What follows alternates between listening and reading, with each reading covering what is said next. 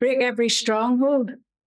Do you believe the name of Jesus is able to do that in here this morning? Yes. To break every stronghold. My thought this morning revolves around the fruit of the Spirit spoke about in John 15. Whoever abides in me and I in him, he it is that bears much fruit. For apart from me, you can do nothing. Just as a branch cannot bear fruit on its own, we cannot produce fruit apart from Jesus, the true vine. This tells us quite clearly, if we are to bear fruit, we must remain in the vine. Every tree, therefore, that does not bear fruit, good fruit, is cut down and thrown into the fire. Clearly a word of warning here. Perish comes to mind, and that's not God's will for anyone. You shall know them by their fruit. That's pretty self-explanatory. Good trees produce good fruit, and bad trees produce bad fruit. But the fruit of the Spirit is love, joy, peace, patience, kindness, goodness, faithfulness, gentleness, and self-control. Now, I have shared this poem before, so if you're hearing it, if you've heard it before, I hope you're going to be doubly blessed. If you're hearing it for the first time, dare I say it, pay attention. I've titled this Lasting Fruit, Not Seasonal. Remain in me as I am in you, for I am the vine, the branches, that's you. You must stay connected for your fruit to mature. Remain at all times, and you'll blossom for sure. Or maybe your fruit has become faded, with no colour or shine. The love, joy, and peace is at times hard to find. You've been battered and bruised, and your fruit has turned sour. Well, don't disconnect. Just stay right where you are. This is what God says. I use battered fruit, fruit you can't eat. I nurture with love and turn bitter to sweet. So don't remain a sour grape alone in the vine.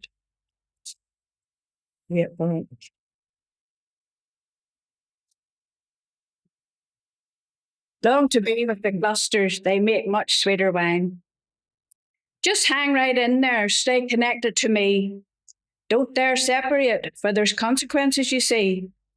Branches scattered all over the place, severed from the vine, produce nothing but waste, where they're then gathered up and thrown in the fire, and at the end of the day, won't sing in God's choir.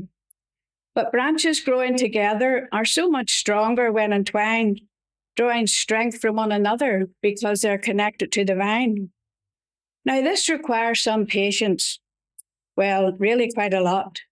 Fruit doesn't just grow overnight, in case you have forgot.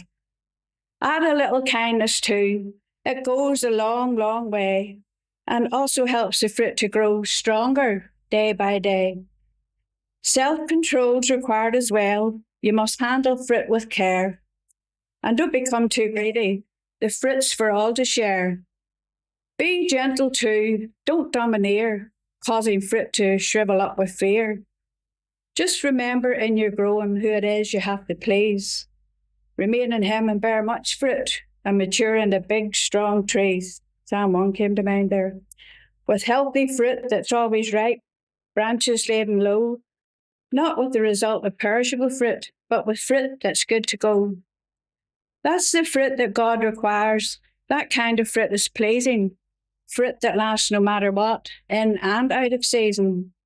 So if you plant it wisely and you're faithful in your sowing, then you'll want to stay connected and continue in your growing.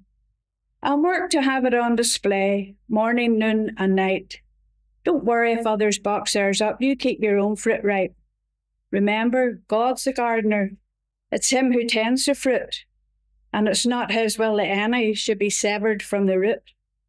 So let's remain in him and all grow together to bear good fruit that will last forever.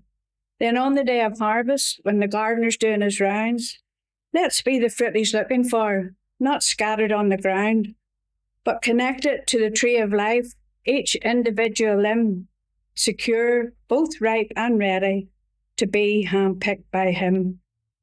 In John 15, verse 16, the Lord speaking here. You didn't choose me, I chose you. I appointed you to go and produce lasting fruit, so that the Father will give you whatever you ask for using my name. God bless.